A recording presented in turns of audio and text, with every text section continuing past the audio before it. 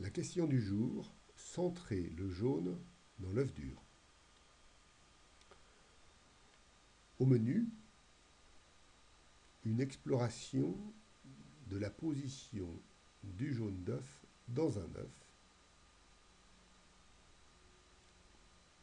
Quand nous serons fixés, nous pourrons trouver un moyen pour centrer le jaune dans un œuf dur. Vers la solution en 4 temps. D'abord la question. On dit que les jaunes d'œufs sont au centre des œufs durs quand on fait cuire les œufs dans de l'eau bien bouillante. Vrai ou faux?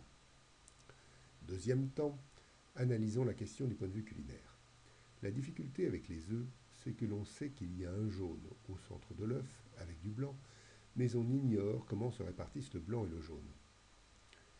Pire encore, les livres de cuisine anciens disent que le jaune est en bas de l'œuf quand on le tient debout, de sorte que le jaune tomberait vers le fond de l'œuf lors de la cuisson des œufs durs.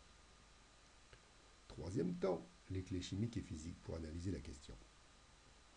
Comment mettre les jaunes d'œufs au centre des œufs durs afin de faire de belles rondelles bien symétriques? Il est bien rare qu'un peu de réflexion soit nuisible. Arrêtons-nous donc un instant et réfléchissons à ce grave problème du décentrage des jaunes. Réfléchissons-y en tenant un œuf frais debout devant nous entre les doigts. Pour mettre le jaune au milieu de l'œuf en fin de cuisson, il faut sans doute savoir d'abord où il se trouve avant la cuisson. Alors, en haut, en bas, au milieu? S'il était en bas, c'est qu'il serait plus dense que le blanc, lequel est principalement fait d'eau, 90%. S'il est en haut, c'est qu'il flotte, parce qu'il est moins dense que le blanc.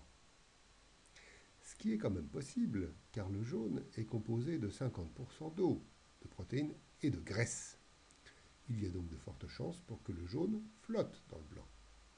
Au centre, ouais, mais il serait bien douteux que la densité du jaune soit exactement égale à celle du blanc.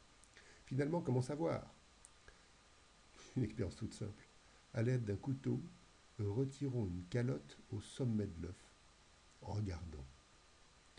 Nous voyons le jaune qui flotte. Mieux encore, puisque la coquille de l'œuf nous gêne pour voir le jaune et le blanc, mettons le contenu d'un œuf dans un verre étroit et nous verrons le jaune flotter au-dessus du blanc. Et c'est pas étonnant, puisque le jaune contient des graisses qui sont moins denses que l'eau du blanc. Surtout que l'eau du blanc dissout les protéines. Il arrive souvent que, poussés par notre intuition fausse selon laquelle nous imaginons le jaune en bas du blanc, nous rétorquons que dans l'œuf, des chalases maintiennent le jaune au centre du blanc. Mais les avons-nous bien vus, ces chalases? Ce sont de délicates membranes entortillées, blanches, qui seraient bien en peine de maintenir le jaune au centre de l'œuf. D'ailleurs, cela ne sert absolument à rien de vouloir convaincre ceux qui ne veulent pas être convaincus. Faisons plutôt l'expérience de marquer d'une croix le flanc d'un œuf et plaçons l'œuf couché dans une casserole d'eau, de sorte que la croix soit sur le dessus et qu'elle y reste.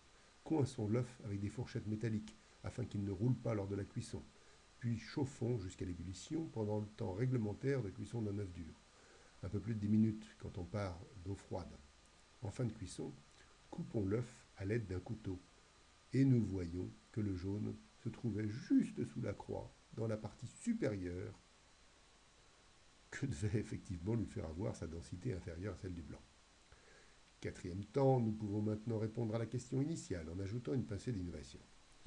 Il était donc faux que la température initiale de l'eau soit responsable de la position du jaune dans l'œuf dur. Le jaune se trouve toujours dans la partie de l'œuf qui est la plus haute par rapport au centre de la Terre, lequel est la référence en termes de hauteur. Que nous mettions les œufs à l'eau chaude, à l'eau froide, que les œufs soient frais ou non, le jaune restera toujours en haut. Il flotte. Alors, comment produire des rondelles d'œufs durs dont le jaune serait bien au centre, garantie d'un travail de qualité? C'est tout simple. À l'aide d'une cuillère en bois, faisons rouler les œufs dans la casserole pendant la cuisson. De la sorte, il n'y aura plus ni haut ni bas, plus exactement, toutes les parties viendront en haut et en bas, et le jaune restera au centre pendant que le blanc coagulera en périphérie. Oui, c'est ainsi, avec des œufs durs bien symétriques, que nous gagnerons des étoiles au guide Michelin, et la cuisine sera demain encore plus belle qu'elle n'est aujourd'hui.